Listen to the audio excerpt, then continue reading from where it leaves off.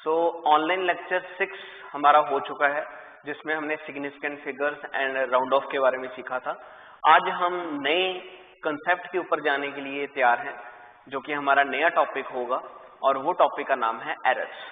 लेकिन एरर्स को शुरू करने से पहले मैं चाहता हूं कि हम एक बारी significant figures and round of को रिवाइज कर लें, उनके कुछ क्वेश्चंस को डिस्कस कर लें। तो बोर्ड पे मैंने कुछ पहला क्वेश्चन लिखा हुआ है सिग्निफिकेंट फिगर्स के रिलेटेड। तो रूल्स के बारे में मैंने आपको बता दिया था कि रूल सिग्निफिकेंट फिगर्स के क्या होंगे, वो आप चेक कर सकते हो प्रीवियस लेक्चर में, जहां पे हमने टोटल 5 रूल्स किए थे। और ये सिग्निफिकेंट फिगर्स जीरो के ऊपर घूमता है कि जीरो कहाँ पे लगा है, कहाँ पे नहीं लगा। तो क्वेश्चन कुछ ऐसा है जहां पे हमारा कुछ रिवीजन भी हो जाएगी इसी बहाने, कि respective number of significant figure for number 23.023, 0.003 and 2.1 into 10⁻³ are. हमें क्या पता करना है, हमें इन तीन वैल्यूज के अंदर इन तीनों का सिग्निफिकेंट फिगर पता करना है। देखिए सबसे पहले नंबर हमारे पास है 23.023। तो 23.023 में जीरो का देखिए 0, 23 और 23 के बीच में ट्रैप्ड है, यानी कि इसके लेफ्ट साइड पे भी 23 है, राइट साइड पे भी 23 और जीरो उसके अंदर छिपी हुई है, ट्रैप्ड है। तो जहां पे रूल हमने यहाँ पे ये रखा था कि अगर जीरो दो नॉन जीरो नंबर्स के बीच में आ रही है तो वो जीरो को हमने काउंट करना है। तो यहाँ पे क्या हुआ, इसके अंदर नंबर ऑफ सिग्निफिकेंट फिगर कितनी होंगी, दैट विल बी 1, 2, 3, 4 एंड 5। तो पहले नंबर के अंदर सिग्निफिकेंट फिगर कौन सी है, 5 है। तो इसका मतलब ये ए चॉइस भी हो सकती है, बी भी हो सकती है और सी भी हो सकती है। चलिए याद रखना, पहले का था 5। दूसरा 0.003। तो रूल यहाँ पे क्या था कि अगर जीरो पॉइंट से पहले और पॉइंट के बाद आ जाती है तो वो हमने सिग्निफिकेंट फिगर्स के अंदर काउंट नहीं करनी। मतलब इसमें पॉइंट से पहले भी जीरो है, इसमें पॉइंट के बाद भी जीरो है, तो सिर्फ और सिर्फ क्या काउंट होगा, नंबर काउंट होगा। नंबर क्या है, 3 सिंगल, तो इसका सिग्निफिकेंट फिगर हम क्या बोल सकते हैं, ओनली नंबर 1। इसी तरह से नेक्स्ट हमारे पास है 2.1 into 10⁻³ तो 2.1 into 10⁻³। इसके लिए तो आप सोचने के लिए सबसे पहले इसको सारे को ओपन कर लीजिए। तो 2.1 into 10⁻³ का मतलब क्या हुआ, 21 into 10⁻³ डिवाइडेड बाय 10। पॉइंट हटा दिया तो नीचे 10 आ गया। That means 21/10⁻⁴। दैट मीन्स अगर इसमें सही तरीके से लिखूं तो ये बन जाएगा 0.000021। ये हमारे पास नंबर बना फाइनल। तो होगा क्या, वही बात आ जाएगी कि पॉइंट से पहले भी जीरो है, पॉइंट के बाद भी जीरो है, हमने इसको काउंट नहीं करना, तो बचेगा क्या, सिर्फ और सिर्फ 21। तो इसका मतलब इसके अंदर सिग्निफिकेंट फिगर होंगी हमारे पास ओनली नंबर 2। तो इसमें 2 सिग्निफिकेंट फिगर्स हैं, बाकी सिग्निफिकेंट फिगर्स काउंट नहीं होंगी। या मैं ये भी बोल सकता हूं कि जब आपको ये पावर दिख जाए कभी भी, तो वो आपको काउंट ही नहीं करनी, इतना कुछ करने की जरूरत नहीं है। अगर 6 into 10⁻⁴ हो तो आपको ये काउंट नहीं करनी, 6 into 10⁻⁴ हो तो आपको पावर काउंट नहीं करनी। सिर्फ आंसर क्या आएगा, केवल और केवल 1 आएगा।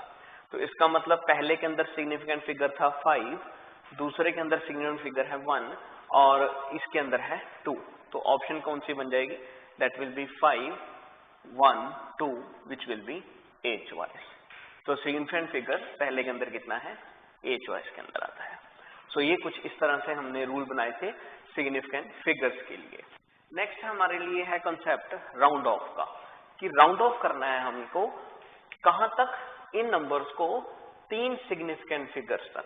We have to round off these 3 numbers into 3 significant figures. जैसे कि सबसे पहला नंबर है हमारा, तो राउंड ऑफ का जो रूल्स थे वो 5 के ऊपर घूमते थे, कि 5 को देखकर हमने राउंड ऑफ करना होता था कि नंबर इंक्रीज्ड होगा और नहीं, और हमेशा जो 5 पड़ा है उसके प्रीवियस नंबर देखते थे, या जिसको रिमूव करना है उसको देखते थे कि वो 5 से बड़ा है या छोटा है। तो जैसे अब यहाँ पे मुझे 3 सिग्निफिकेंट फिगर्स चाहिए, यानी कि मैं ये अनुमान लगाकर चलूं कि मुझे ये 501 खत्म करना है, ये 501 मुझे यहाँ से रिमूव करना है। तो देखिए आराम से कि मैं 1 तो रिमूव कर सकता हूँ क्योंकि 1 5 से छोटा है, आराम से मूव हो जाएगा। 5 के आगे क्या लिखी हुई है? 0, और 5 के आगे अगर 0 हो तो रूल पढ़ा है हमने कि हम 5 के पीछे वाला नंबर देखेंगे कि क्या वो इवन है कि ऑड है। तो 5 के आगे 0 लगी है और 5 के पीछे क्या है? 7 है। 7 इज ऑड नंबर, तो 7 अगर ऑड है तो इसमें हम क्या कर देंगे? एक इंक्रीमेंट हो जाएगा एक नंबर का, और राउंड ऑफ करके ये वैल्यू कितनी आएगी? 6.68 which is equal to 3 significant figures. तो लास्ट लेक्चर में हमने कुछ ऐसे ही सब रूल्स डिस्कस किए थे कि 0 अगर लगा हो 5 के आगे तो उसके पीछे वाला नंबर देखना है कि क्या वो इवन होगा या ऑड होगा। इसी तरह से सेकंड क्वेश्चन है हमारे पास, वहां पे हमें राउंड ऑफ करना है अप टू 3 सिग्निफिकेंट फिगर्स। तो देखिए 0 ये वाली तो काउंट्स होनी नहीं, अभी अभी हम डिस्कस करके हटे हैं। तो 3 सिग्निफिकेंट फिगर का मतलब क्या है कि मुझे यहाँ पे सिर्फ और सिर्फ केवल 5 को खत्म करना है। अब 5 के आगे क्या लगा है? अगर कुछ भी नहीं तो 0। 5 के पीछे क्या है? नंबर 2। नंबर 2 क्या है? That is even. तो अगर ये इवन है तो इसका मतलब इसका आंसर कितना आएगा? That will B 0.000312।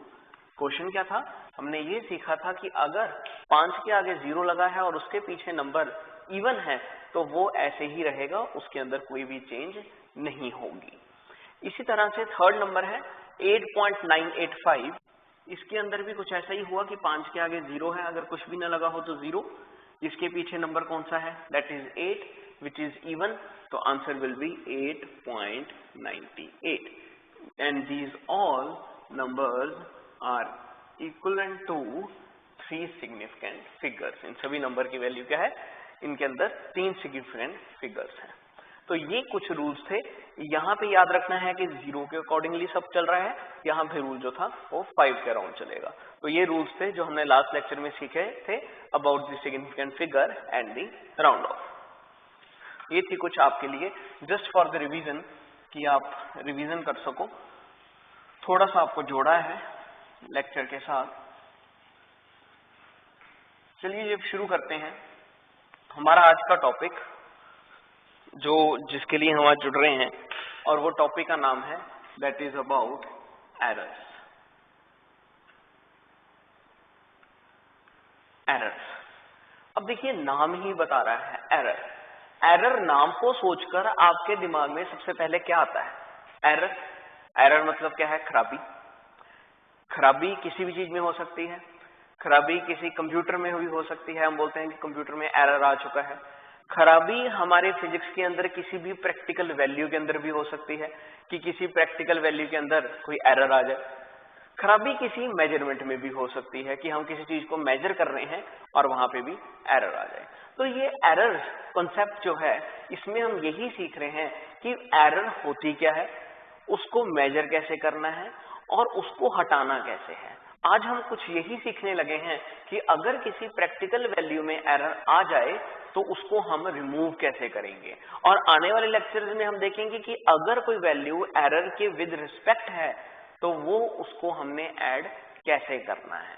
तो ये आने वाले लेक्चर्स होंगे जिसमें हम addition, multiplication and division of error सीखेंगे, और आज हम सीख रहे हैं कि एरर को खत्म कैसे करना है किसी प्रैक्टिकल वैल्यू के अंदर, और एरर कितने प्रकार की होती है, what are the types of error. देखिए एरर में क्या है कॉन्सेप्ट, जैसे कि मान लीजिए किसी बॉडी का वेट है। अब बॉडी का वेट किसी का एक्चुअल में 60 kg है। एक्चुअल में किसी बॉडी का वेट 60 kg है। हमने क्या किया, हमने उस 60 kg वाली बॉडी को किसी और वेइंग स्केल के साथ कैलकुलेट करने की कोशिश की। तो उस वेइंग स्केल ने, जब हमने उसी बॉडी को किसी वेइंग स्केल के अकॉर्डिंगली कैलकुलेट किया तो उस बॉडी का वेट आया 60.2 kg। उसमें कैलकुलेशन कितनी आई? 60.2 kg। इसका मतलब क्या हुआ, बॉडी का जो सही वेट था वो कितना था? वो तो 100% 60 था, लेकिन जब दूसरे वेइंग स्केल ने आंसर दिया वो कितना दिया 60.2। इसका मतलब क्या है कि इस वैल्यू के अंदर कितनी एरर है, इस वैल्यू के अंदर 0.2 kg की एरर है, इसके अंदर 0.2 kg की एरर है। तो ये एरर अगर डिफरेंट वैल्यूज में आए तो ये एरर किस प्रकार से एडिशन सब्ट्रैक्शन करनी है, ये हमारा कंसेप्ट होगा। तो ये एरर होती है जो प्रैक्टिकल में भी आ सकती है, जो किसी लेंथ में भी आ सकती है, जो किसी वेट में भी आ सकती है, और इसी एरर्स को हम यहाँ पे सीख रहे हैं आज के लेक्चर के अंदर। देखिए एक बात और भी क्लियर है कि errors according to the unit बदलती हैं। जैसे मान लीजिए अगर कोई बहुत बड़ा विंग स्केल है, अगर कोई बहुत बड़ा विंग स्केल है, उस विंग स्केल के अंदर मान लीजिए हम किसी बॉडी को कैलकुलेट कर रहे हैं और वो विंग स्केल की प्रॉपर्टी क्या है कि वो टन तक, 1 टन 2 टन 3 टन से कम तो कैलकुलेट कर ही नहीं सकती। ये विंग स्केल की प्रॉपर्टी है कि उसके ऊपर, जैसे हम जिसको बोलते हैं धर्म कांटा, कि धर्म कांटा में क्या होता है, आपने सुना होगा कि ट्रक्स जो हैं वो वहां पे लेकर जाते हैं और ट्रक्स के ऊपर वेट होता है 2000 किलोग्राम 30,000 किलोग्राम, मतलब 3 टन 4 टन 5 टन इतना वेट ट्रक्स के ऊपर होता है। तो उन टन्स को कैलकुलेट करने के लिए ये एक प्रकार के विंग स्केल को, ये नंबर 1 विंग स्केल है जिसको यूज किया जाता है। तो ऐसे ट्रक्स में अगर मान लीजिए कैलकुलेशन करनी है और कैलकुलेशन करने पे एक्चुअल में 2000.83 kg वेट एक्चुअल में है ट्रक में, लेकिन ये विंग स्केल कितना कैलकुलेट कर रहा है, ये सीधा टन में कैलकुलेट कर रहा है, दैट इज 2 टन। तो दैट मीन्स कि इस विंग स्केल के लिए ये 0.83 क्या है, एक यूजलेस वैल्यू है। ये इसको इतना खास नहीं माना जाता कि अगर किसी ट्रक में 2000 किलोग्राम हो, 2000 किलोग्राम के ऊपर 83 ग्राम एक्स्ट्रा हो तो 83 ग्राम जो है वो निगलेक्ट कर दिया जाता है, पर एक्चुअल में वो 83 ग्राम क्या होती है, उसके अंदर एक एरर होती है। इसी तरह से अगर एक दूसरे प्रकार का विंग स्केल है, गोल्ड को कैलकुलेट करने के लिए, सोना उसको कैलकुलेट करना है हमने, तो सोने के लिए तो ऑब्वियसली बात है जो दूसरे प्रकार का विंग स्केल होगा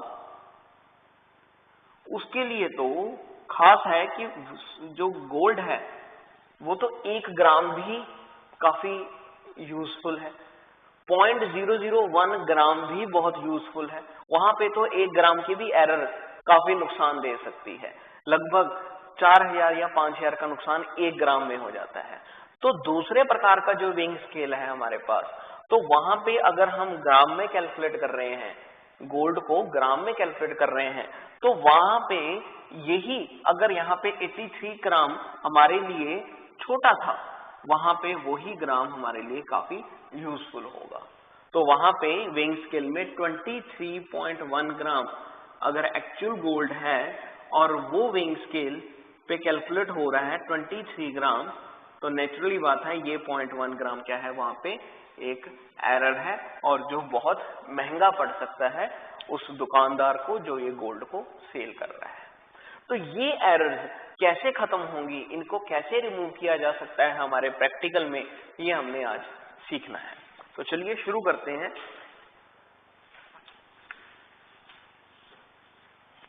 देखिए सबसे पहले हम ये जानने की कोशिश कर रहे हैं कि एरर्स होती किस प्रकार की हैं। What are the different types of error.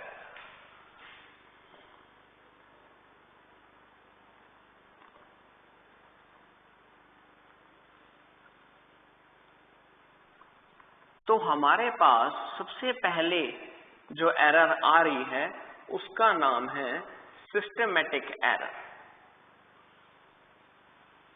सबसे पहली एरर जो हमारे पास है that is called systematic error. अब सिस्टमैटिक एरर में क्या है, what is systematic error.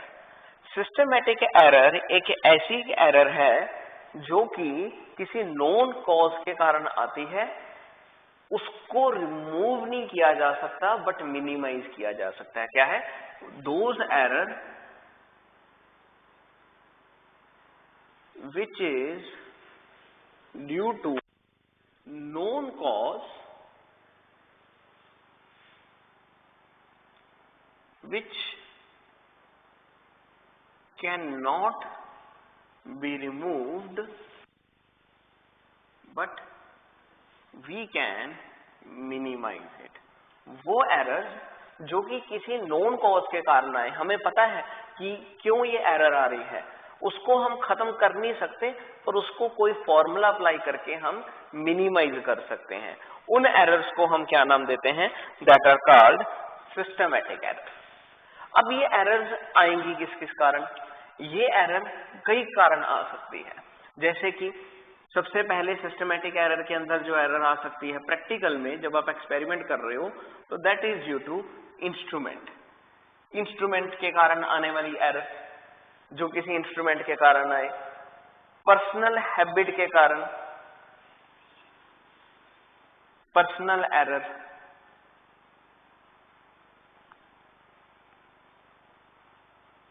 Error due to imperfection, मैं एक्सप्लेन कर रहा हूं थोड़ी देर बाद, एरर ड्यू टू इम्परफेक्शन। ये सारी की सारी एरर कौन सी हैं? That are all are systematic error. एक और बन सकती है error due to external cause, error due to external cause, these all are systematic errors. अब एक एक करके इनको चेक करने की कोशिश करते हैं कि ये है क्या। पहली हमारे पास एरर आ जाती है इंस्ट्रूमेंट एरर। अब इंस्ट्रूमेंट एरर कौन सी एरर है? इंस्ट्रूमेंट एरर एक ऐसी एरर है जो किसी प्रैक्टिकल कॉन्सेप्ट में इंस्ट्रूमेंट के अंदर आई हो। जैसे कि मान लीजिए हम एक स्केल का इस्तेमाल कर रहे हैं, प्रैक्टिकल में बड़ी सिंपल सी एग्जांपल दे रहा हूं कि हमारे पास एक स्केल है। अब आप देखते हो कि स्केल के ऊपर हमेशा प्रिंटिंग होती है, स्केल के ऊपर हमेशा प्रिंटिंग होती है, जहां पे ये होती है, ये हो जाता है हमारे पास 1 centimetre, this is 2, this is 3, this is 4, this is 5, this is 6, this is 7, ये हमारे पास आ जाते हैं। और ये हमारे लिए पॉइंट्स की वैल्यू होती है कि 1.2, 2.5, 3.6 व्हाटएवर। तो ये हमारे पास है। अब हुआ क्या कि इस स्केल के अंदर ये 6 के बाद होना चाहिए था 7, लेकिन स्केल हाफ में ही ब्रेक हुआ है। ये कुछ ऐसा स्केल है जो हाफ में ही ब्रेक हुआ है। तो नेचुरली बात है कि जब हम इस स्केल के सहारे किसी चीज को मेजर करेंगे तो हमें अंदाजा लगाना पड़ेगा कि वो जो लाइन है, जो 7 सेंटीमीटर वाली लाइन है, वो अंदाजे से कहां पे है। तो ऐसे केस में नेचुरली बात है कि हम इस एरर को रिमूव नहीं कर सकते, पर हम इसको मिनिमाइज कर सकते हैं अपने तरीके से। तो ऐसे ही आप प्रैक्टिकल जब करते हो तो वहां पे डिफरेंट कैलकुलेशंस को करने के लिए हमारे पास डिफरेंट इंस्ट्रूमेंट्स होते हैं। तो वो इंस्ट्रूमेंट्स जब हम चेक कर रहे होते हैं, वो वहां पे भी ये प्रिंटिंग मिस्टेक या उसके कुछ ना कुछ वेइंग स्केल के ऊपर कोई ना कोई असर पड़ सकता है। तो ऐसे एरर जो किसी प्रैक्टिकल के केसेस में इस्तेमाल होते हैं, उन एरर्स को हम क्या नाम देते हैं? That are called instrument error, जो किसी इंस्ट्रूमेंट में हो जिसको रिमूव नहीं किया जा सकता बट मिनिमाइज किया जा सकता है। अगली एरर आ जाती है हमारी पर्सनल एरर। पर्सनल एरर किस प्रकार की? अपनी खुद की पर्सनल हैबिट के कारण। पर्सनल हैबिट जैसे कि मान लीजिए आप किसी चीज को कैलकुलेट कर रहे हो, वो कैलकुलेशन करनी थी आपको, लिखा हुआ था उसी स्केल के ऊपर 2 ग्राम, आपने गलती से क्या लिख लिया? 2 किलोग्राम। ये आपकी गलती है, ठीक है, कि आपने करना क्या था? 2 ग्राम, लिखा क्या आपने? 2 किलोग्राम। तो ये एरर जो आपके खुद के किसी ना किसी हैबिट के कारण आई कि आप कैलकुलेशन को सही नहीं पढ़ सके या वो कैलकुलेशन को सही तरीके से चेंज नहीं कर सके, डिफाइन नहीं कर सके, ऐसे एरर को हम क्या नाम देते हैं? That are called personal error. फिर आता है error due to imperfection. Imperfection जैसे कि ये अक्सर जो ये एरर है ये हीट एक्सपेरिमेंट्स में आती है कि केमिस्ट्री में जब आप हीट एक्सपेरिमेंट्स करते हो, हीट के एक्सपेरिमेंट के अंदर ऑब्वियसली बात है कि हीट को होल्ड करना काफी मुश्किल है। तो हीट एक्सपेरिमेंट्स में जब आप टेम्परेचर चेक करने की कोशिश करते हो, there is always some loss of heat, तो वो हीट हमेशा कुछ ना कुछ लॉस हो जाती है। तो एक्चुअल में आप किसी बॉडी का टेम्परेचर कैलकुलेट कर रहे हो, चाहिए था आपको 40 डिग्री सेल्सियस का, आपने हीटअप किया था कहां तक, 40 डिग्री सेल्सियस तक, पर कुछ हीट लॉस होगी। वो हीट के लॉस होने के कारण हवा में चलेगी वो हीट, उसके कारण 40 डिग्री सेल्सियस की बजाय कितना आंसर आया, 20 डिग्री सेल्सियस आया। तो वो क्या है, एक एरर है। That is error due to imperfection, कि वो हीट लॉस जो है वो हम कंट्रोल नहीं कर सके। इसी तरह से लास्ट एरर आती है due to external cause, systematic ही last time due to external cause. External cause जैसे कि जब आप हीट और कोल्ड के टेम्परेचर की बात करो कि टेम्परेचर का चेंज होना, एक्सटर्नल कॉज मतलब temperature change,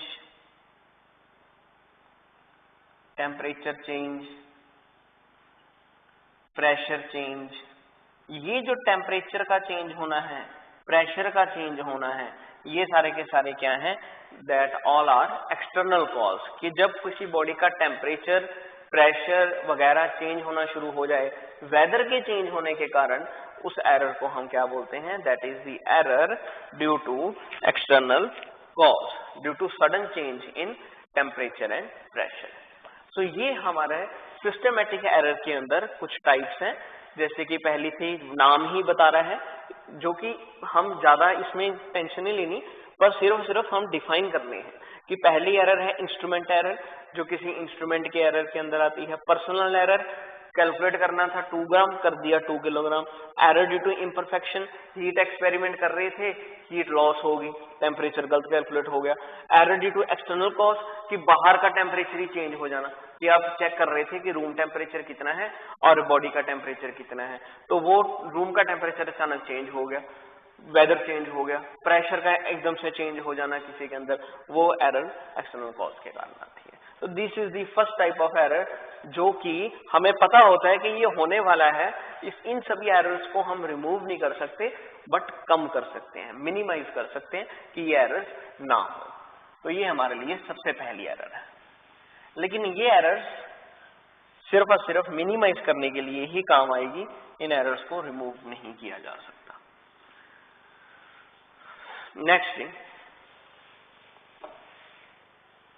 next type of error is the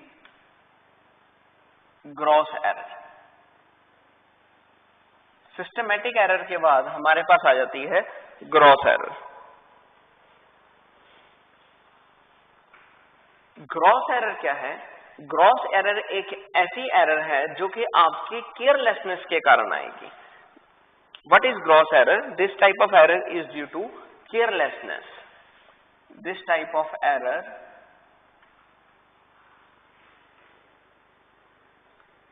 is due to carelessness। अब केयरलेसनेस कैसे?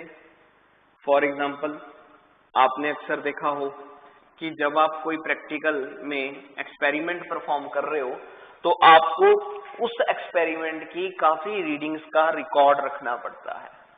आपने क्या किया, किसी एक्सपेरिमेंट को परफॉर्म किया, किसी एक्सपेरिमेंट को आप परफॉर्म कर रहे थे, उस एक्सपेरिमेंट को परफॉर्म करते वक्त उसकी कई रीडिंग्स लेनी थी आपको, लेकिन आपने क्या किया, आपने सिर्फ एक बार ही एक्सपेरिमेंट को परफॉर्म किया और छोड़ दिया, या रीडिंग्स ले ली लेकिन लिखी नहीं। रीडिंग्स लेनी थी कि 23.2, फिर मैंने एक्सपेरिमेंट परफॉर्म किया, फिर मैंने एक्सपेरिमेंट परफॉर्म किया, हर बारी डिफरेंट वैल्यूज आ रही थी, आपने रीडिंग्स उसकी नोट ही नहीं की, आपने छोड़ दिया, अंदाजे से ले रहे हो। तो ऐसी एरर जो कि आपकी खुद की केयरलेसनेस के कारण आती है, केयरलेसनेस जैसे कि improper record of readings, improper calculations, तो वो टाइप की एरर्स को हम क्या नाम देते हैं, that are called gross error. ठीक है जी। तो what are gross error? This type of error due to careless, for example improper record of reading. या एक और भी है, you will neglect the source of error. आपको पता है कि ये एक इंस्ट्रूमेंट खराब है, लेकिन आपने फिर वही इंस्ट्रूमेंट ही उठा लिया। प्रैक्टिकल कर रहे थे, आपको उस इंस्ट्रूमेंट को यूज करके आपने प्रैक्टिकल परफॉर्म करना था, वो इंस्ट्रूमेंट टूटा हुआ था, लेकिन आपने उसी को ही उठा लिया, तो आपने वो एरर आपको पता है आएगी, लेकिन आपने उस चीज को निग्लेक्ट कर दिया। तो ऐसी टाइप की एरर आना लाजमी है। तो उस टाइप के एरर को हम क्या नाम देते हैं? That are called gross error. अब करना क्या है? अब ये तो थी बातें, सिस्टमैटिक एरर में भी हमने बातें की हैं, ग्रॉस एरर में भी हमने बातें की हैं। कहने का मतलब सिस्टमैटिक एरर में भी हमने सीखा है कि एरर कितने प्रकार की हो सकती हैं, ग्रॉस एरर एक डिफरेंट टाइप की एरर है, वो भी हमने पता कर ली। अब है कि इन एरर्स को रिमूव कैसे करना है, how to remove these type of errors. उसके लिए अब सबसे पहला हमारे पास कॉन्सेप्ट आ रहा है एरर्स को रिमूव करने के लिए। और मतलब कि एरर्स पहले देखेंगे कि और कौन कौन सी हैं, जैसे ये दो तो देख ली, एरर और कौन कौन से टाइप की होंगी और उनको रिमूव कैसे करना है। तो सबसे पहले हमारे पास एरर आती है that is called random error. तो मैं पहले डिफाइन भी कर रहा हूं और आपने लिख लेना है साथ साथ में डेफिनेशन, और फिर हम इसको सीखेंगे। रैंडम एरर क्या है? This type of error is due to some unknown cause. This type of error is due to some unknown cause and can be removed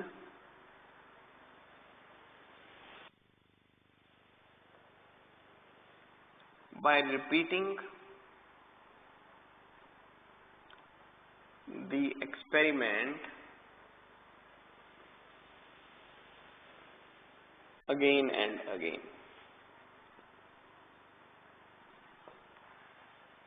ये एरर है एक ऐसी एरर जो कि बिना किसी नोन कॉज के आती है, जहां पे हमें पता नहीं होता कि उस एक्सपेरिमेंट के अंदर ये जो एरर आ रही है ये आने का कारण क्या है। पर हम इस प्रकार की एरर को रिमूव कर सकते हैं। वो कैसे? एक्सपेरिमेंट को रिपीट कर करके। जैसे किसी हमने एक्सपेरिमेंट को चेक करना है, हम किसी एक्सपेरिमेंट को परफॉर्म कर रहे हैं। फॉर एग्जांपल आप 10th क्लास में प्रिज्म का एक्सपेरिमेंट करके आए हो, तो प्रिज्म के एक्सपेरिमेंट के अंदर आपने एंगल आई और एंगल ई कैलकुलेट करने के लिए कम से कम 3-4 बार उस एंगल ऑफ इंसिडेंस को और एंगल ऑफ इमर्जेंट को चेक किया और उसकी वैल्यूज को नोट किया। तो ऐसे केसेस में हम ये क्यों करते हैं? Because we want to remove that error. ठीक है जी, by repeating the experiment again and again and then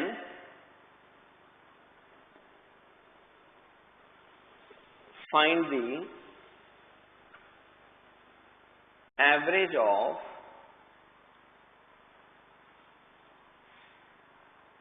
that readings. तो हम क्या करते हैं?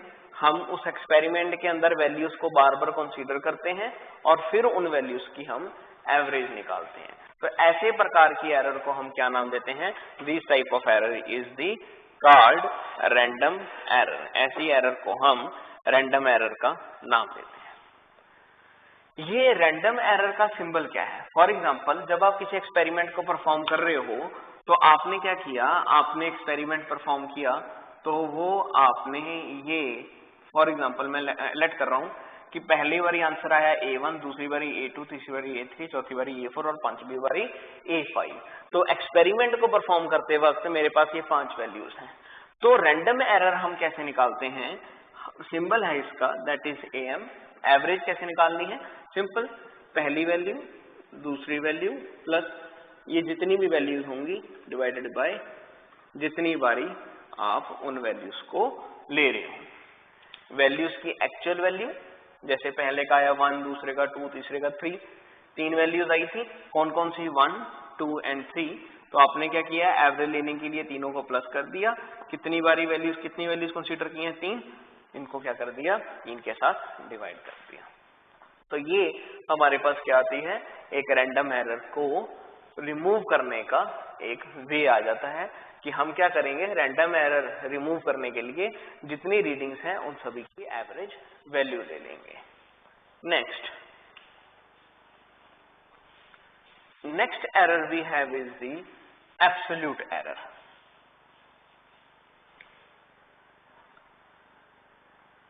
एब्सोल्यूट एरर, अब ये इसी के साथ ही चेन फॉर्म में चलेगा सब। Next error we have is the absolute error. अब ये जो रैंडम एरर के अंदर हमने वैल्यू निकाली है, इस वैल्यू को हम नाम देते हैं that is called true value. ये रैंडम एरर की जो एवरेज निकाल के आंसर आएगा उस वैल्यू को हम क्या नाम देंगे, that is called true value. तो एब्सोल्यूट एरर हमने निकालनी कैसे है, व्हाट वी विल डू, पहले मैं लिख ही देता हूं यहां पे, the difference between the measured value and true value is called delta AM। ध्यान दीजिए मैंने सिंबल चेंज किया, पहले क्या लिखा था ट्रू वैल्यू का, रैंडम एरर का सिंबल क्या था AM, एब्सोल्यूट एरर का सिंबल क्या है AM के आगे आपने डेल्टा लगा देना है। ये डेल्टा क्या है ये मैं थोड़ी देर बाद बताऊंगा कि ये एक सिंबल है फिलहाल कि एक ट्रायंगल फॉर्म में लिख के AM आगे लगा देना है। ये सिंबल बन गया एब्सोल्यूट एरर का। और इसमें आपको करना क्या है, इसमें आपको बड़ा सिंपल सा काम करना है कि जो ट्रू वैल्यू आपने निकाली है उसमें से जो मेजर्ड वैल्यू है वो माइनस कर देनी है। AN क्या है, ये वाले A1, A2, A3, A4, A5, A6। AM क्या है, that is the average value. तो पहले जो आपने आंसर निकाले थे, जैसे कि मान लीजिए ये एवरेज निकाल के आपके पास कितना आया, that will B 6/3, cancel out करके कितना आया आंसर 3। तो ये AM क्या है, ये AM है दैट इज 3। अब आपको जब एब्सोल्यूट एरर के अंदर जाना है तो डेल्टा AM निकालने के लिए आप क्या करोगे, ये जो ट्रू वैल्यू है उसमें से जो पहले मेजर्ड वैल्यू थी, कितनी थी पहले 1, कितनी थी 2, कितनी थी 3, ये सारे के सारे इस प्रकार से आपने माइनस कर देने हैं ट्रू वैल्यू से। ये आपने माइनस करने स्टार्ट कर दिए, ये आंसर आया 2, ये 1, ये आया 0। तो ये जो 2, 1 और 0 है ये किसकी वैल्यूज हैं, these are the values of absolute error. ये एब्सोल्यूट एरर की वैल्यूज हैं। आगे हम इसका न्यूमेरिकल करेंगे तो ये बातें काफी फेयर हो जाएंगी, डिटेल में हम लिख पाएंगे। तो नेक्स्ट हमारे पास आगे बढ़ते हैं हम। नेक्स्ट हमारे पास जो एरर आती है दैट इज कॉल्ड, इसमें आप सिंबलाइज लिख दीजिए, what is delta AM। Delta AM is the absolute error.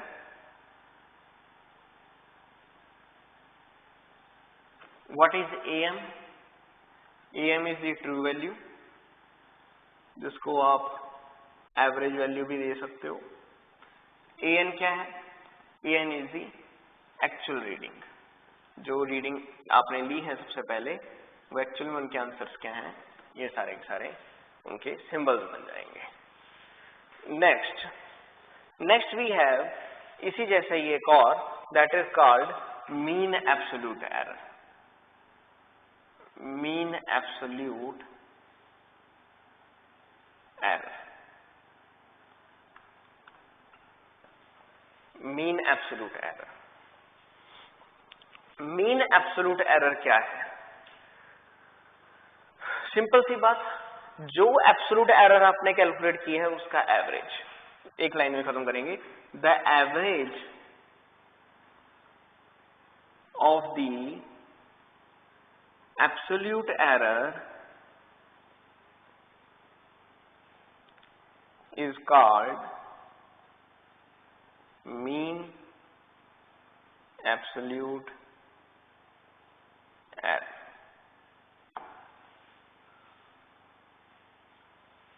The average of the absolute error is called mean absolute error.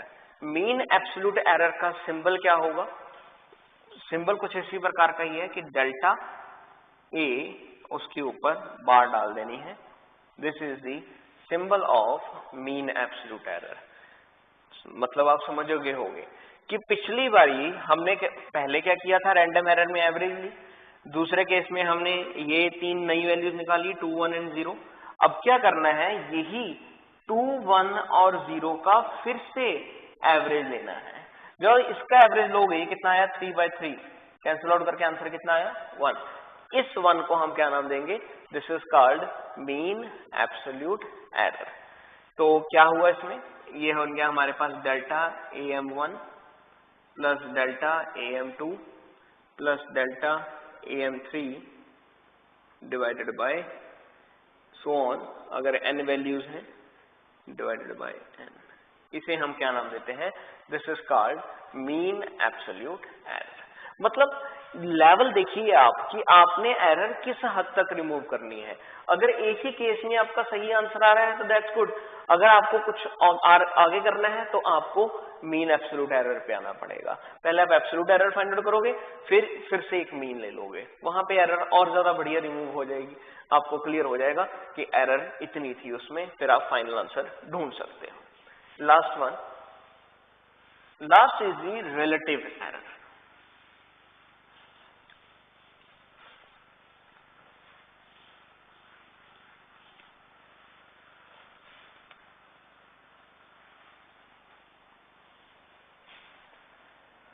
अगला हमारे पास आ जाता है relative error.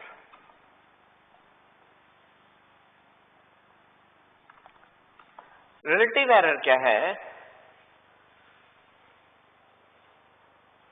The ratio of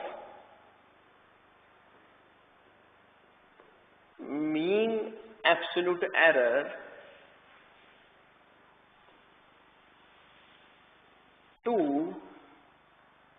the true value is called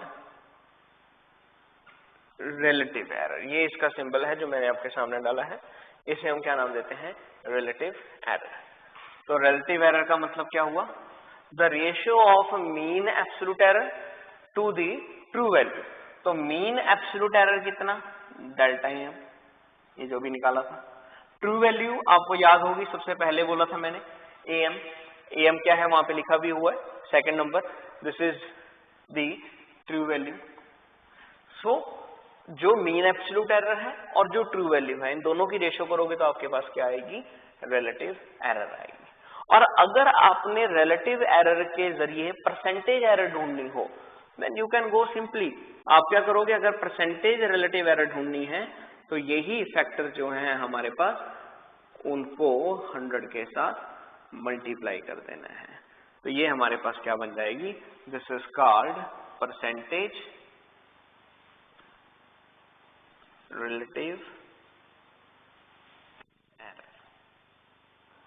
clear है जी।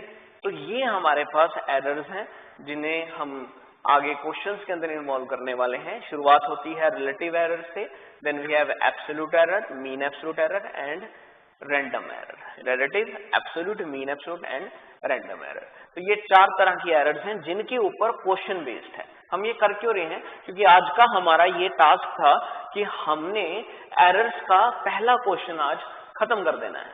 ये error का पहला question इन्हीं के ऊपर डिपेंड होने के लिए आएगा आपके पास। तो वो क्वेश्चन होगा किस प्रकार का, ये देखिए। तो क्वेश्चन कुछ इस प्रकार का है,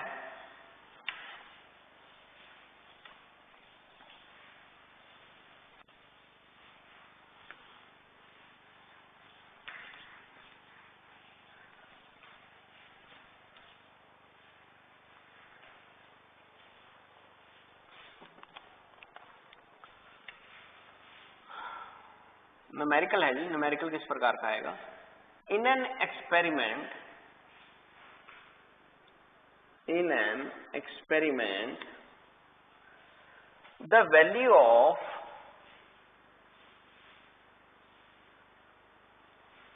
रिफ्रैक्टिव इंडेक्स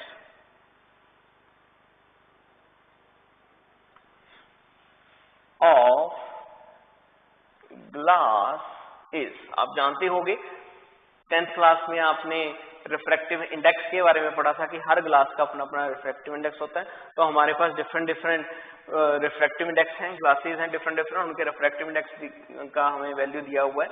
जैसे कि एक वैल्यू है हमारे पास 1.54, दूसरी है 1.53। देखिए नजदीक कितनी है, यही एरर होती है।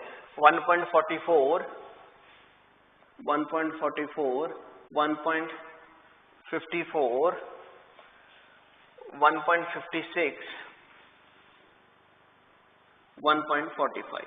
इसका मतलब एक एक्सपेरिमेंट परफॉर्म हो रहा था, तो उस एक्सपेरिमेंट में हमने रिफ्रैक्टिव इंडेक्स की वैल्यू फाइंड आउट करनी थी, तो हमने ये रिफ्रैक्टिव इंडेक्स की वैल्यूज को फाइंड आउट किया है। हमने एक्सपेरिमेंट रिपीट किया और हमें ये वैल्यूज का आंसर मिला। और हम देख रहे हैं कि इन सभी में 1.54, 1.53 में छोटी छोटी एरर्स हैं कि हो पता नहीं एरर कितनी हो, लेकिन एरर है जरूर, क्योंकि सभी का आंसर पहले तो पॉइंट से पहले तो सेम आ रहा है, लेकिन after decimal points there is the change of the value, जो काफी असर कर सकती है ग्लास के मीडियम को पहचानने में।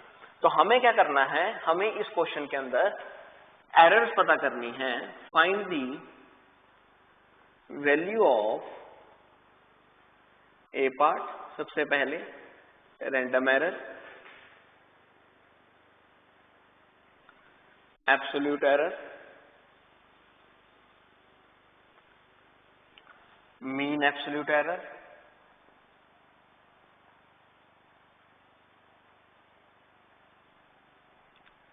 And last relative error. बस जी, ये हमारे पास क्वेश्चन बन जाता है कि हमें इस क्वेश्चन के अंदर क्या करना है, हमें इस क्वेश्चन के अंदर ये सारे कंसेप्ट को फाइंड आउट करना है। एक और कर दे, ये डी हो जाएगा रिलेटिव एरर, एक और फाइंड आउट लास्ट में परसेंटेज एरर।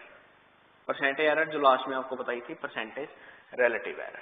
तो ये सारे वैल्यूज हमें पता करनी है। ये हमारे पास क्वेश्चन है जी।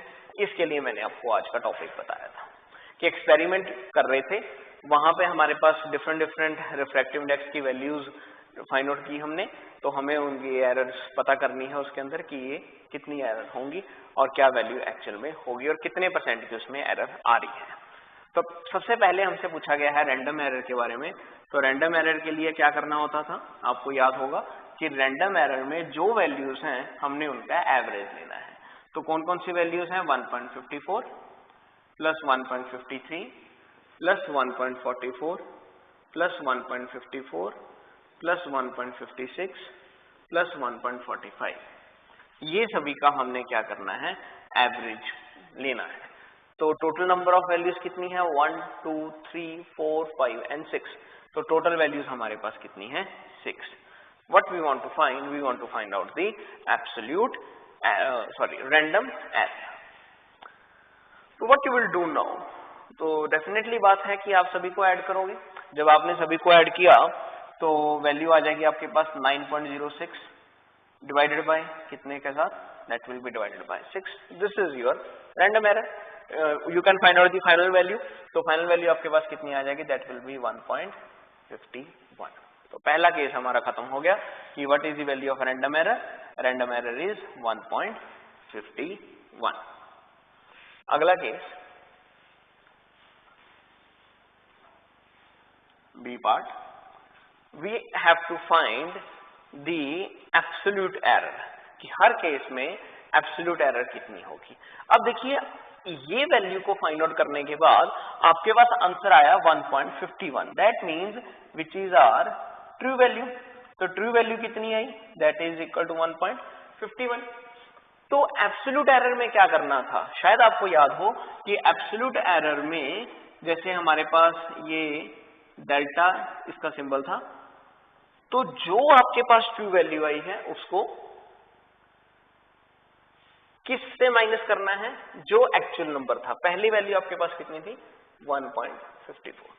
फिर से अगली बारी जो आपके पास ट्रू वैल्यू है, ट्रू वैल्यू आपके पास कितनी है, ट्रू वैल्यू है आपके पास 1.51, उसमें से क्या माइनस करना है, जो सेकंड वैल्यू है दैट इज 1.53। तीसरा delta A3, 1.51 minus 1.44, delta A4 1.51 minus 1.54 delta A5, 1.51 minus 1.56 true value minus actual value, delta A6 1.51 minus 1.45। ये इनको सॉल्व करके फाइनल आंसर्स हमारे पास आ जाएंगे किसके अंदर, एब्सोल्यूट एरर के अंदर। तो क्या क्या आंसर्स आए, ये बड़ी वैल्यू है, ये छोटी वैल्यू है, तो ऑब्वियसली साइन माइनस का 0.003, ये बन जाएगा 0.002। इस प्रकार से ये आंसर्स बन जाएंगे हमारे पास। ये बन जाएगा यहाँ पे पॉइंट नहीं आएगा, कहने का मतलब 0.03 1 डेसिमल पॉइंट है। ये बन जाएगा 0.04, क्योंकि 1.51 में से 1.44 माइनस कर रहे हैं, तो ये बन जाएगा हमारे पास 0.07। ये इस प्रकार से हमारे पास आंसर्स आने शुरू हो जाएंगे। So that will be minus 0.03 minus 0.05 and that will be 0.07। तो ये हमारे पास आंसर हैं किसके अंदर, एब्सोल्यूट एरर के अंदर 0.06। क्लियर है जी। तो ये हमारे पास 6 वैल्यूज आई हैं और इन वैल्यूज को हम क्या नाम देंगे, that are the values of absolute error. Then our third concept, we have to take the mean absolute error। mean absolute error का मतलब क्या है, इन सभी वैल्यूज का मीन लेना। अब ध्यान दीजिए, मीन का आपको रूल पता होगा कि चाहे साइन नेगेटिव हो पर आपने कंसीडर क्या करना है, पॉजिटिव ही कंसीडर करना है। तो क्या क्या बन जाएगा इसका, 0.03 पॉजिटिव में ही, 0.02 0.07 0.03 0.05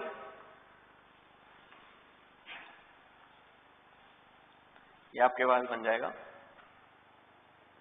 बनेंगे सारे के सारे पॉजिटिव में ही, क्योंकि मीन जो है उसके अंदर नेगेटिव साइन कंसीडर नहीं होता।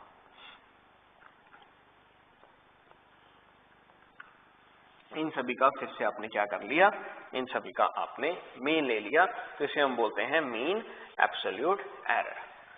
तो ये बन जाएगा आपके पास, इन सभी का एडिशन कीजिए तो आपके पास बन जाएगा 0.26 divided by 6। So this is your final answer for mean absolute error। ठीक है जी। So final answer will be 0.04।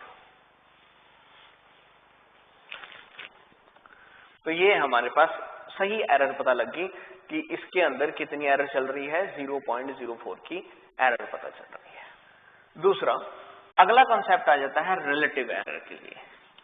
तो रिलेटिव एरर के लिए आपको क्या करना था, that will be your D concept relative error.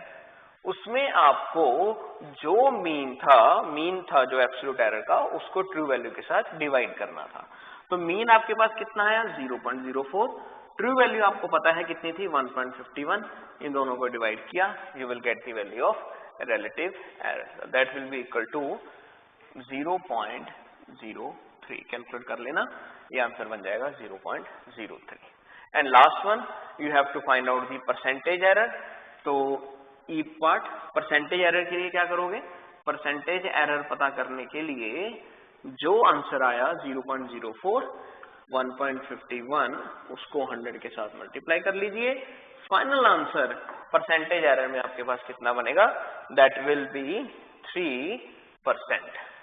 तो इसका मतलब इस क्वेश्चन के अंदर कितनी परसेंटेज एरर है, 3% की एरर है। That's it. ये आपको सारी वैल्यूज पता करने को बोली जाएंगी और ये न्यूमेरिकल के अकॉर्डिंगली आपने ये आंसर ढूंढने हैं। सो क्लियर है बच्चों। So this is the only numerical for the error. इसकी कोई भी शाखा नहीं है, इसकी कोई भी और कोई पैटर्न नहीं बन सकता, यही फिक्स पैटर्न है, इसी के इर्द गिर्द क्वेश्चन घूमेगा। अगर हमारा एरर्स के ऊपर क्वेश्चन आता है पहला, जब वैल्यूज दी होंगी डिफरेंट और आपको ये एरर्स ढूंढने को बोली जाएंगी। तो इसके साथ हमारा पहला टॉपिक एरर का खत्म होता है। अगला हमारा टॉपिक बहुत इंपॉर्टेंट है जिसके ऊपर वैरायटी ऑफ क्वेश्चंस बन सकते हैं। यहाँ पे एक ही टाइप का ये क्वेश्चन बन सकता था जिसमें बस मैं ये बता सकता हूँ कि मैंने मोमेंटम कैलकुलेट किया, मैंने किसी चीज की हीट कैलकुलेट की और नंबर ऑफ वैल्यूज लिखकर मैं ये सेम पैटर्न के साथ ही एरर ढूंढूंगा। नेक्स्ट मेरा क्वेश्चन जो मैं टॉपिक आगे करवाने लगा हूँ नेक्स्ट लेक्चर्स में, उनके ऊपर डिफरेंट टाइप के क्वेश्चंस बनेंगे and that is the last part of the error. तो नेक्स्ट लेक्चर हमारा जो होगा उसमें हम एरर्स के एडिशन सब्ट्रैक्शन सीखेंगे और इसके साथ हम अपने एरर्स के टॉपिक को कंप्लीट करेंगे और इसके